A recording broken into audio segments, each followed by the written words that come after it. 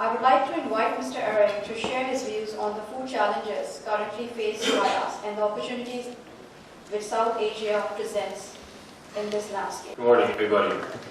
So I probably look the least Asian of anybody here in the room, but actually with the World Economic Forum I've been in many of the cities from Kunming to Macau to Shanghai, Beijing, Laos, Burma, Cambodia, etc. I lived in Malaysia and Singapore and the Philippines. So I know a little Asia, but what I talk about today is more about investing in food tech and how the food area looks like in Asia, and that's about Southeast Asia.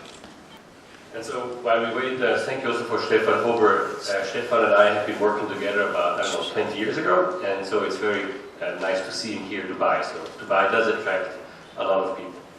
So let me start to talk about food in general. So food is probably the biggest industry on earth. It's about 8 trillion.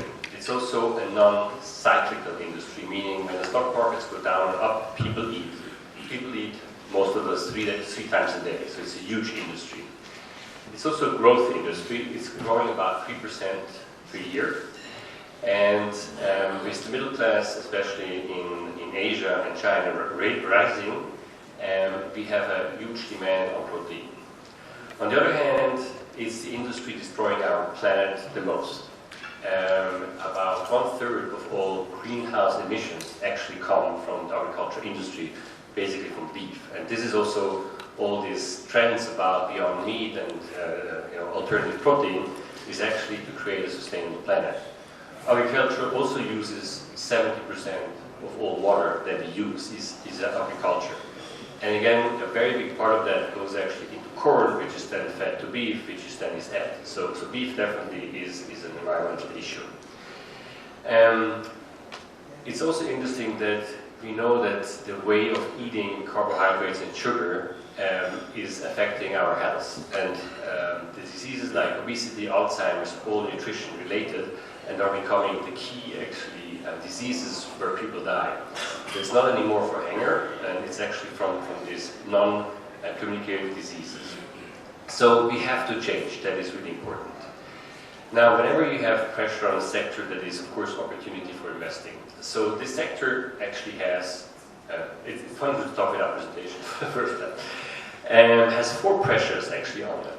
One is the sustainability issue. It is really true, if we go to 9 billion people, which we will, we cannot continue producing the way we produce today because the planet just can't do it. So this is a huge pressure on the industry.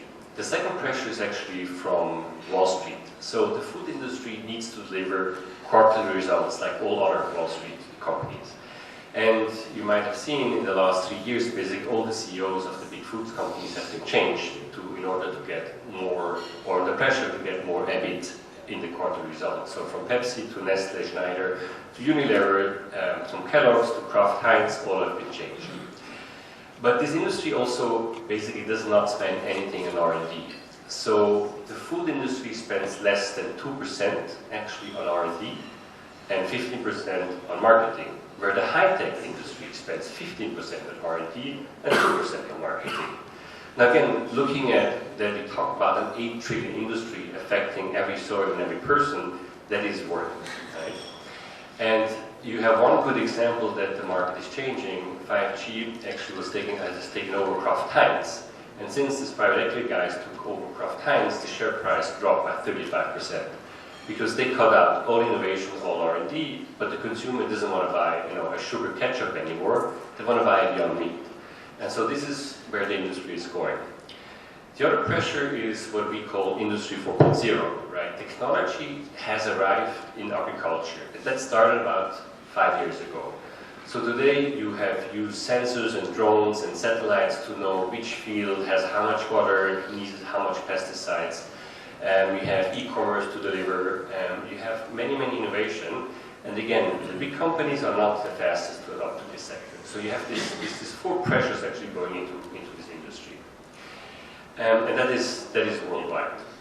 Now in Asia, the interesting part is the farms are very small. So the average size of a farm in China and India and Asia generally are about 5% of the size of farms in the US.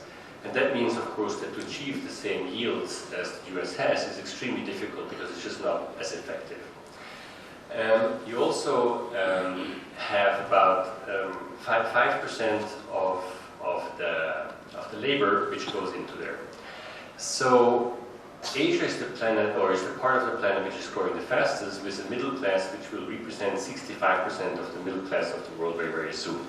It also has the youngest population. So this area will change its way of eating and it goes from rice to protein, which again will create, I mean, a huge opportunity, but also a huge issue, both sustainability and from a production point of view. And we all know about the pork issue that China has. China doesn't have only the virus issue, it also has the virus issue in the pork, right? And China actually consumes 2/3 of pork bellies. And so now the whole prices went times 5%, times 5 actually. The entire world production of pork is almost going to China as an import right now. And this is just one of the signs that we have. So Asia is a huge potential. Now to actually, today in the food industry in Asia total, there's about 130 billion a year which is spent on capex, creating the farms, creating the factories. But in order to achieve a sustainable long-term agriculture in Asia, 290 billion a year has to be invested. So doubling basically. And also Asia spends about right now 4 trillion on food in 10 years. And 10 years is not a long time. They will spend 8 trillion a year. So if you're an investor and you're looking at investing, I think food in Asia is a huge field. Now I'm in the venture capital business. So what we do, we invest in technology for food. So this can be, again, what I said, sensors for agriculture. It can be big AI to do consumer insights. It can be new proteins, like for example, investing in a company that does a protein that has no allergen in gluten. So you have a gluten protein produced by yeast, which is not allergenic. So again, you can have your pizza and your pasta, but it's gluten-free. So this is where we invest. Now investments in this sector have gone from 0% of the venture capital industry 5 years ago to about 6% today and stand at about 26 billion in 2018. So it's a new sector and it's kind of the new kid on the block in venture capital. Now 6% sounds a lot of venture capital, but again, if you look at the size of the industry, the 8 trillion, it should be like 30% of the venture capital industry. So there's still not a lot of funds that specify in this. From our part, we are a European-based venture capital, and Europe has created something quite interesting, unique in the world, which is called the EIT Food. So 55 companies in academia came together with the European Union to create innovation for a sustainable agriculture. So you have companies like Nestle, Pepsi, John Deere, Givaudan, Euler, Cambridge University, and Lausanne, all getting together and spending 1.6 billion euros over 7 years to create innovation. And we are the only VC who is a member of that consortium, and it gives us an amazing deal flow, business development, and due diligence engine. We have 2 funds. One is a seed fund that we do on behalf of this EIT food segment, so it has a collaboration with this agreement, and a later stage fund. And as example again of investment, what is food tech, what we invest in. So we have a company called Tastewise, which actually is doing consumer insights the new way, the 21st century way. So what they do is they're taking AI, scan all the menus that you find in the US of restaurants, Michelin star to Uber Eats. Then they combine this with all the pictures in social media, and then they combine this with all the recipes on social media, and lastly with all the blogs. Because today people talk, right? So people say, oh, I went to this restaurant and I ate this, or I have IBD, therefore I do this, or I'm on keto diet and do this.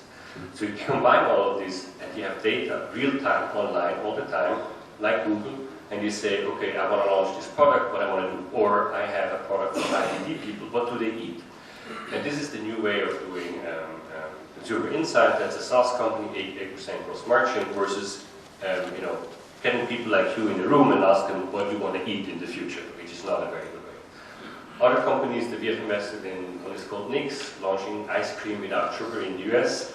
They have started in Sweden, and they have an exclusive license to compound a fat, a natural fat, that you cannot absorb. So it's an ice cream which has 250 calories instead of 1,250, which is keto, which is actually healthy, which is food, but it's an indulgent product. I talked about the other company with the protein, and we're also looking at prebiotics or probiotics and things like this. So that is food tech. I think there is, in Europe and Asia, is the biggest market for the technology, where Asia, especially China and India, have actually proven the biggest market for the e-commerce. So venture capital investment in e-commerce in China and India are actually huge, but the real technology, meaning the IP-related one, is still a new one. And so that's a field definitely to invest in. So that's what I wanted to talk about. I'm sorry I didn't have a presentation, but I'm happy to take any question on a personal basis. Thank you very much.